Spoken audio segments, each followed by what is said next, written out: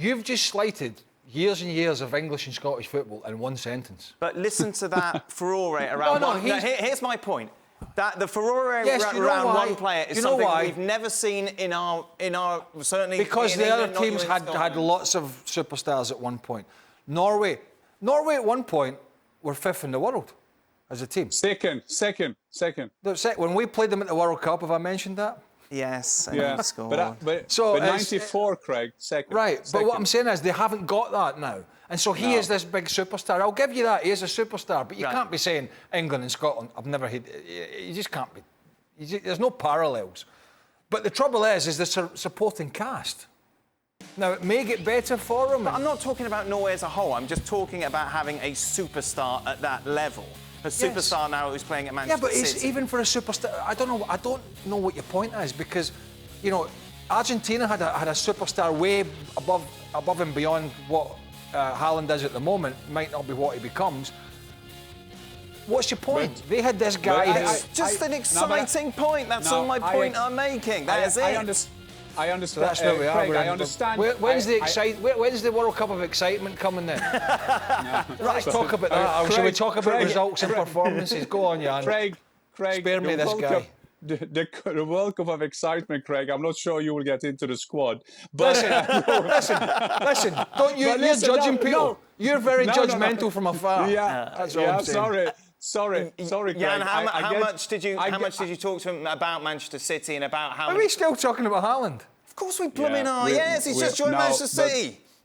Well, he said, you know, Dan, when you're interviewing 4 royals and Erling Haaland, and you saw that picture of the king, there are some things when I think there was 27 different media houses waiting for that I would go to do that interview. So was it just general? I looked forward to do it. And one of my questions, well, if you play like you did today, are you sure that Pep Guardiola got his right player? And he said, no, I'm not sure about that. But what I do understand, Craig, it was hard to find the point that Dan was doing because you kind of took him off halfway through it. But I was trying to save him, Jan. I was trying to save him. Yeah, but if you compare it. But if you compare it with nations like us, we don't. I mean, you could say that David Beckham and that golden generation of all the Manchester United players, Alan Shearer and all that, because but you guys, you have a history. Maybe not Scotland as much as England, but you got a history. We don't have a history. We played our first national game in 1908,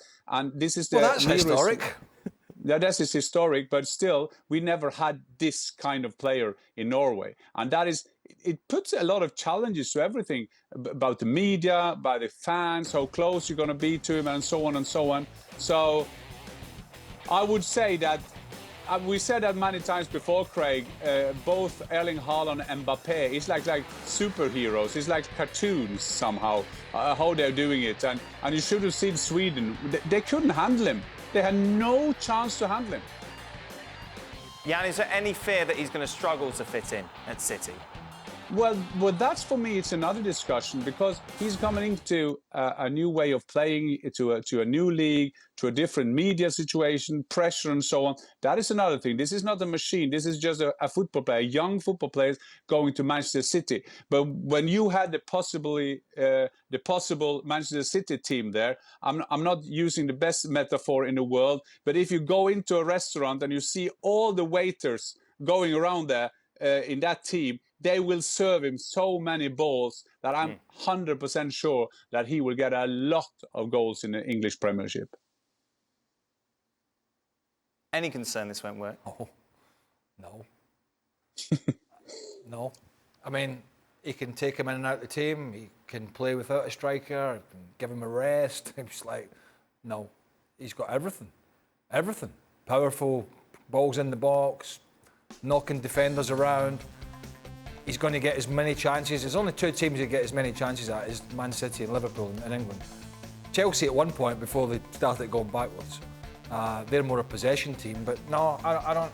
I would be shocked if he doesn't hit the ground running. Right. I mean, let's not forget, the Premier League is a great league, but it is very PR savvy. There are a lot of bad defenders in the Premier League. A lot of bad defenders. It's not like he's moving from Germany, where they understand the tactics of the game in Germany, they understand how to defend. It's not like he's moving into a league that's, you know, all of a sudden they have, you know, the Berezzes of the world. You know what I mean? Like, it's just not. Once you step out with the top 2 or 3, you look at the defence, the struggles of the Arsenal. You look at the defensive deficiencies at Tottenham. You look at Everton, who've been hopeless defensively. Clubs that have spent a lot of money. It shouldn't be difficult for him to bash some of these bang average defenders around, the same as he's been doing in the Bundesliga, and a better team than he's been playing in the Bundesliga. The big question will be, if it's a tight title race, and if we're talking domestically, if it's a tight title race and there's at least 2 teams in it, is what's he going to do in the big games that matters? Right. People are not fussed if he bashes, you know, 6 goals past Burnley or whatever it is. Yeah, it'll be a headline. But the big question mark is if the Premier League is tight next year, and that is another big question, how will he show up in those games that really, really matter? And that's ultimately what they're paying him for. Will City have to adapt to him at all, Jan? Yeah, I think they have somehow, but there's a lot of pundits talking about he won't fit into Pep Guardiola. Well, Pep Guardiola think he will fit in, so he will find a way to get him in there. And the thing is that Manchester City have been a lot of talk about passion, and you can't compare them with Manchester United or Liverpool or whatever.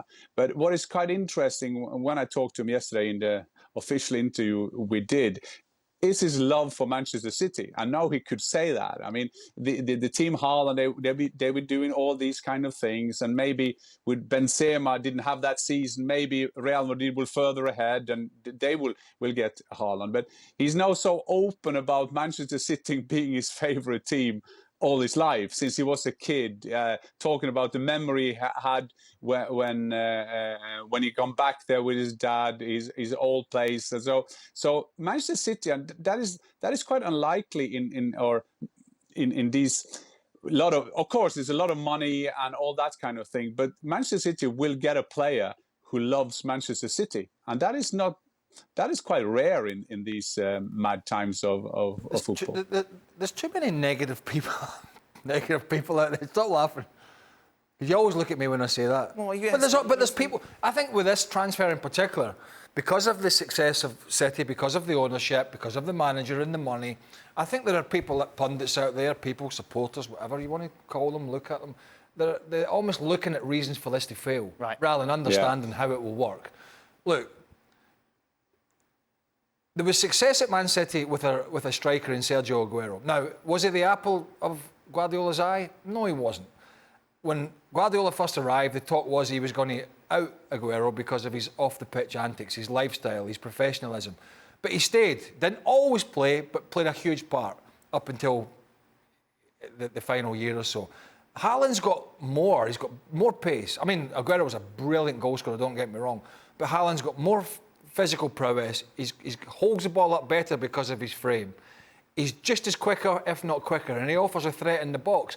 So a big threat in the box. So if it worked at one point with Sergio Aguero, why are people trying to find reasons this won't work rather than understand how it will work? Which I think clearly the manager of Manchester City, and I think most people with half a brain in their head, know it will.